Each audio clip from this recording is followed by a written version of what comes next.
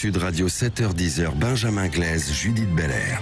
Sud Radio, il est 7h25 et tout de suite on retrouve l'édito politique de Philippe Bilger qui va traiter de cette libération de la parole politique et médiatique que nous vivons tous en ce moment. Bonjour Philippe Bilger. Bonjour.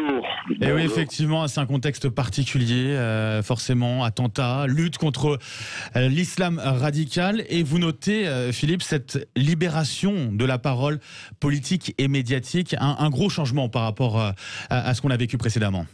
En effet, on ne pouvait pas penser que l'assassinat de Samuel Paty vendredi dernier n'entraînerait pas des changements radicaux et notamment celui de la parole politique et médiatique. Et il est clair que on peut dire aujourd'hui des choses qu'on n'aurait pas pu dire hier. On a par exemple la dénonciation de l'islamo-gauchisme de la part d'intellectuels, de la part de journalistes qui ont fait une révision déchirante et même de la part du pouvoir puisque Benjamin, vous le savez, Emmanuel Macron a fait une évolution considérable puisqu'à une certaine époque il évoquait la laïcité revancharde et dorénavant il évoque la laïcité protectrice. Ça ne veut pas dire qu'il n'y a pas depuis vendredi de nouveau des poncifs, des banalités, des considérations qui visent à diminuer la portée du choc que la France a subi.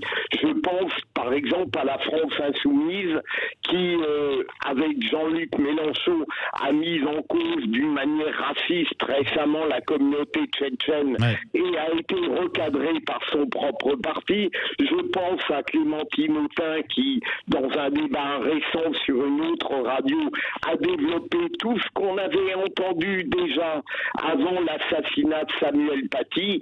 Donc tout cela est un travail de longue haleine et je ne mets pas en cause les journalistes, par exemple, qui ont fait cette évolution radicale de leur point de vue parce que tout à coup la réalité était devenue trop impressionnante pour qu'on puisse prétendre l'oublier.